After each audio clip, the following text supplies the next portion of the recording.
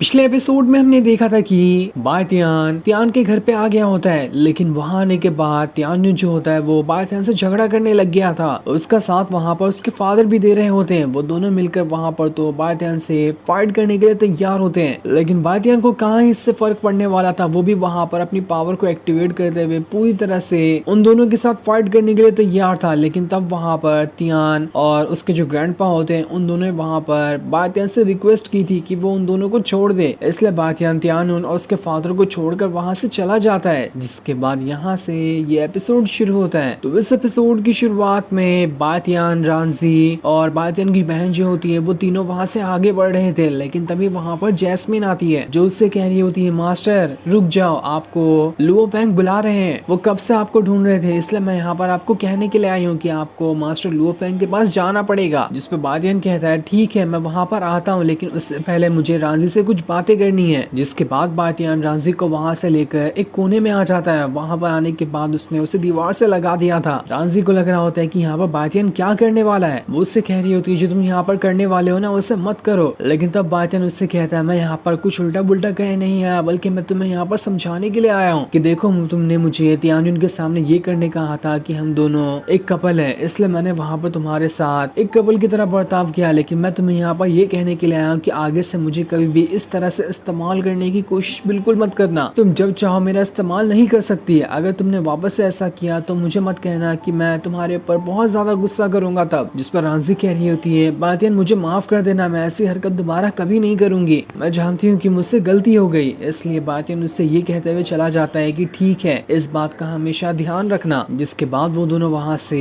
Jasmine और बायतियान की बहन के पास आ जाते हैं। लेकिन वहां आने के बाद बायतियान की बहन जैसे रांझी को देखती है वो समझ जाती है कि बायतियान ने यहाँ पर रांझी को बहुत डांटा है, इसलिए रांझी का मूड उतरा हुआ है। वो बायतियान से कह रही होती है बायतियान तुमने रांझी को क्यों डांटा, आखिर उसने यहाँ पर ऐसा क्या कर दिया था। लेकिन बायतियान उससे कहता है देखो मैंने उसे नहीं डांटा, मुझे यहाँ पर तुम्हें भी कोई जवाब नहीं देना है, मुझे अभी कुछ और भी काम है, मैं मास्टर लुओ फेंग से मिलने के लिए जा रहा हूँ। जिसके बाद जैस्मिन जो होती है बायतियान को एक मेंशन की चाबी दे रही होती है, जहाँ पर जाने के बाद बायतियान आराम कर सकता है। ये मेंशन बायतियान को एल्केमी एसोसिएशन नहीं दिया था, वहाँ का एक एल्केमिस्ट बनने के लिए, इसलिए बायतियान उस चाबी को लेकर वहां से जाने लगता है। अब बायतियान जैसे ही अपने मेंशन के अंदर आता है वहां आने के बाद उसे मास्टर लुओ फेंग दिखाई देते हैं, जो कि बहुत ही ज्यादा गुस्से में थे और काफी टाइम से बायतियान का इंतजार कर रहे थे। वो बायतियान से कह रहे होते हैं अरे बायतियान तुम कितना टाइम लगाते हो, देखो मैं कब से तुम्हारा इंतजार कर रहा था। लेकिन खैर छोड़ो, आगे का तुम यहाँ पर आ तो गए, मैं तुम्हें यहाँ पर कुछ दिखाना चाहता हूँ, इसलिए मेरे साथ चलो। इसलिए बायतियान उनके साथ जाता है। वहां पर आने के बाद मास्टर लुओ फेंग जो होते हैं बायतियान को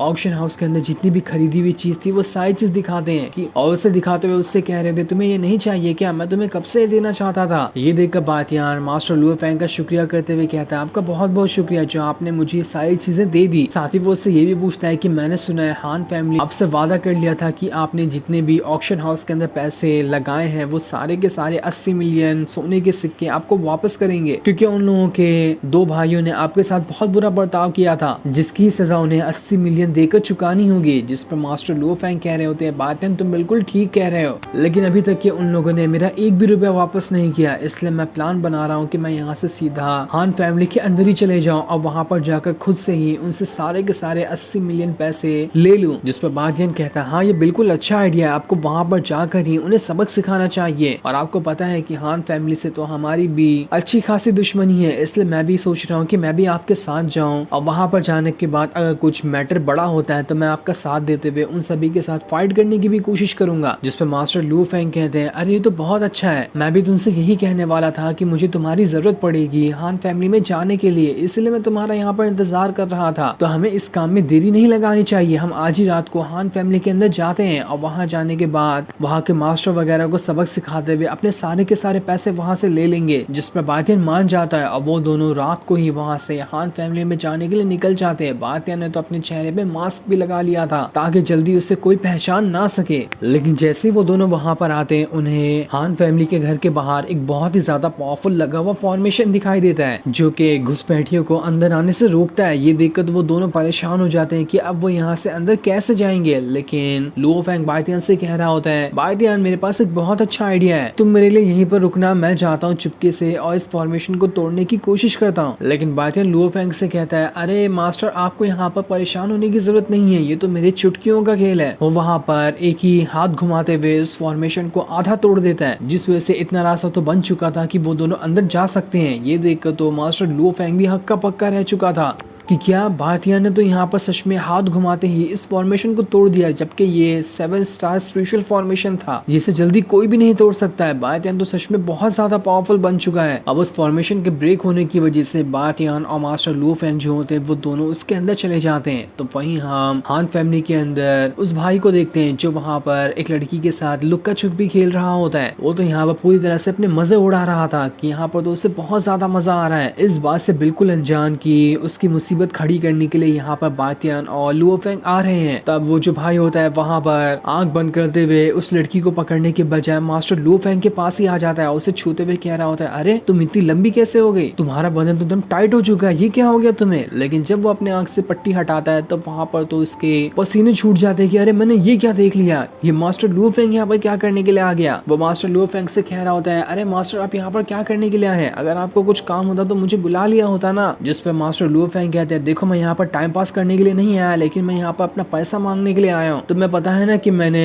तुमसे कहा था कि पूरे के पूरे 80 मिलियन सोने के सिक्के मुझे देने हैं, लेकिन तुमने अभी तक एक भी रुपया मुझे वापस नहीं किया, मुझे जल्दी से सारा पैसा वापस चाहिए। वो भाई वहाँ पर कह रहा होता है, मास्टर लुओ फेंग देखिए 80 मिलियन को जमा करना इतनी छोटी बात नहीं है, वो बहुत ज्यादा पैसे हैं। मैं यहाँ पर अपनी तरफ से पूरी कोशिश कर रहा हूँ ताकि मैं यहाँ पर पैसों को जमा कर सकूँ। आप क्या मुझे थोड़ा से दिन की और मोहलत दे सकते हैं, मैं जल्दी आपको सारे के सारे पैसे लौटा दूंगा। तब वहाँ पर बातियान आता है जो अपनी पावर का इस्तेमाल करते हुए उस भाई को अपने पास ही लेकर आता है, उसका गला दबाते हुए कहता है, बस बहुत हो गया, मुझे नहीं लगता कि तुम पैसे वापस देने वाले हो, आज तो हम यहाँ पर तुम्हारी खूब धुलाई करके तुमसे जबरदस्ती पैसे छीन लेंगे। जिसके बाद उसने वहाँ पर उस भाई को बेहोशी कर दिया था। अब बातियान वहाँ पर मास्टर लुओ फेंग से कह रहा होता है, अब हमें यहाँ से हान फैमिली के ट्रेजर हाउस के अंदर जाना चाहिए, वहाँ पर जाने के बाद जो भी ट्रेजर होंगे हम उसे उठा लेंगे। तब रास्ते में बातियान एक भाई को तो उसने टपका ही चुका था, दूसरा भाई जैसे उसे शराब के नशे में दिखाई देता है उसके ऊपर अटैक करते हुए उसे भी वहाँ पर बेहोश कर देता है। लेकिन बेहोश होने से पहले बातियान उससे पूछता है, रुक जाओ, बेहोश होने से पहले तुम्हें मुझे ये बताना है कि तुम्हारा ट्रेजर हाउस किधर है, हम यहाँ पर उसे लूटने के लिए आए हैं। जब वो भाई वहाँ पर बातियान को साफ साफ मना कर देता है कि मुझे नहीं मालूम ट्रेजर हाउस किधर है, तो बातियान अपनी पावर का इस्तेमाल करते हुए उसे वहाँ से हवा में उठा देता है और उससे कहता है, अगर तुमने मुझे यहाँ पर नहीं बताया तो मैं यहाँ पर तुम्हारी जान ले लूंगा, इसलिए भलाई इसी में है कि जल्दी से मुझे बता दो कि ट्रेजर हाउस कहाँ पर है। इसलिए वो भाई जो होता है वहाँ पर काफी ज्यादा डर चुका था, इसलिए डर के मारे वो बातियान से कहता है, ठीक है मैं तुम्हें वहाँ पर ले जाऊंगा, लेकिन उससे पहले मुझे छोड़ो। तो इसलिए बातियान वहाँ पर अपनी पावर को खत्म कर देता है, उसे पकड़ते हुए वहाँ से ट्रेजर हाउस के पास आ जाता है। मास्टर लुओ फेंग बातियान से कह रहा होता है, देखो मैं यहीं पे रुकता हूँ, तुम दोनों अंदर जाओ